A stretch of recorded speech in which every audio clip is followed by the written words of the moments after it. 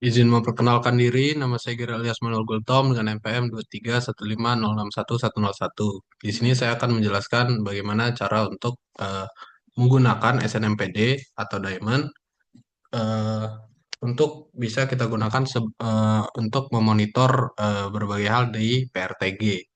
Jadi di sini SNMPD akan saya install pada server Ubuntu. Jadi saya menggunakan VirtualBox ini untuk menjalankan eh, server Ubuntu secara virtual. Sini saya pertama-tama akan mengecek dulu berapa IP dari eh, server saya. Jadi saya di sini saya dapatkan adalah IP-nya 192.168.18.249/24 atau subnetnya 24. Lalu saya menurut preferensi saya sendiri, saya menggunakan putih untuk konfigurasi selanjutnya karena saya pikir untuk perintah-perintahnya bisa saya ketikkan dengan lebih mudah dari putih. Jadi saya di sini mencari menggunakan AI bagaimana cara untuk mengkonfigurasi SNPD. Lalu di sini setelah saya menginstal, kita pergi ke file konfigurasi ini etc snmp snpd.conf. Kita lihat isinya.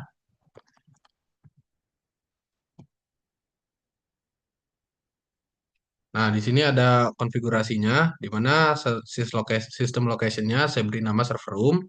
Kontaknya adalah ini tidak digunakan. Service-nya 72, master agent X, UDP, ini agent address UDP 161 untuk mematikan firewall agar bisa dimonitor secara langsung jaringannya.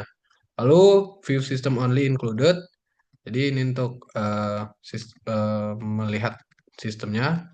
Lalu RO Community, di mana publiknya adalah 192.168.18.0/24. Ini adalah IP broadcast daripada IP address saya. Lalu untuk V6, kita bikin default saja, minv system only. Sudah, itu saja yang saya ubah. Lalu selanjutnya, eh, sini sudah. Berarti dengan begini saya sudah bisa menghidupkan SMPD, layanan SMPD dan bisa menggunakannya pada PRTG. Lalu di PRTG sendiri tidak banyak yang saya lakukan di dashboard ini, di mana saya hanya pergi ke menambahkan device. Sini saya menambahkan grup baru, saya beri nama Ubuntu untuk monitoring ini, di mana device-nya saya tambahkan untuk CPU. Nah, di sini sensornya saya bikin SN menggunakan SNMP, di mana SNMP CPU load. Kita lihat sensornya. Saya sudah menjalankan lebih dari 3 jam, yaitu 4 jam 38 menit sudah saya jalankan ini. Dan hasil dari CPU saya adalah seperti ini. Kita lihat dari awal.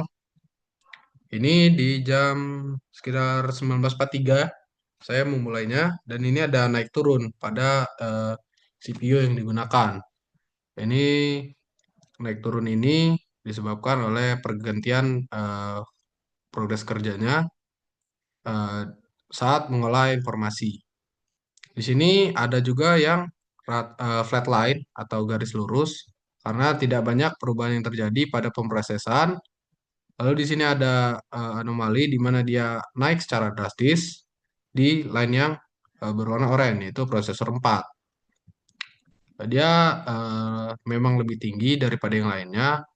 Saya rasa karena proses 4 lebih banyak digunakan pada penjalanan server ini, jaringan ini. Tapi tidak terlalu banyak yang berubah, naik turunnya masih kecil, saya anggap 22% naik turunnya sekitar segitu. Atau dari sini yang drastis adalah 18 sampai 24, yang mana itu masih 4% dari CPU. Tidak ada yang sampai setengah dari CPU, itu tidak ada. Lalu sini bisa dilihat bahwa prosesor 1 berwarna biru, prosesor 2 warna pink yang sama dengan mirip-mirip dengan prosesor 1 lainnya. Prosesor 3 berwarna emas ini dan prosesor 4 berwarna lebih ke oranye. Dan totalnya berwarna biru di sini. Lalu mungkin untuk lebih jelasnya, untuk nilai-nilainya saya jelaskan di sini, di mana rata-ratanya dari 121 nilai, yaitu totalnya 5% digunakan, di mana kurang dari 1% itu di prosesor satu, kurang 1% di prosesor 2, 1% di prosesor 3, dan 18% rata-rata di prosesor 4. Di sini seperti yang saya bilang tadi, lebih banyak menggunakan prosesor 4, di mana coveragenya 100%, di mana semuanya sudah tercover dan bisa dilihat. Sini bisa kita lihat sendiri bahwa di 002248 atau baru saja prosesor 4 digunakan sebanyak 22%. Dan ini adalah log-log lainnya. Untuk yang lainnya, mungkin saya akan lihat dulu device-nya. Dimana setelah saya lihat tadi dan saya analisis, tidak banyak perubahan terjadi. Kenapa? Karena yang dipantau di sini dengan sensor adalah physical memory, mana eh, saya tidak menggunakan sama sekali laptop ini selama pemantauan. Jadi tidak banyak memori yang termakan oleh proses-proses karena memang tidak digunakan sama sekali. Jadi dia berbentuk flatline. Di sini ada biru sebagai berapa persen memori yang dapat digunakan, lalu biru muda adalah memori yang dapat digunakan, dan pink adalah total dari memori dalam bentuk gigabyte. Ini rata-ratanya dari 120 nilai, di mana persen dari persenan dari memori yang tersedia adalah 84%, di mana dalam bentuk giga adalah 3,20. Totalnya adalah 382. Yang tersedia adalah 320. Ini bisa dilihat di sini available memory 320 semua karena tidak ada memori yang terpakai. Jadi semuanya available. Untuk memori ini ada beberapa sensor, di mana ini physical memory, ini adalah swap space. Sama seperti yang saya bilang tadi, memorinya tidak terpakai, jadi tidak ada gelombang-gelombang atau tidak ada sama sekali perubahan data.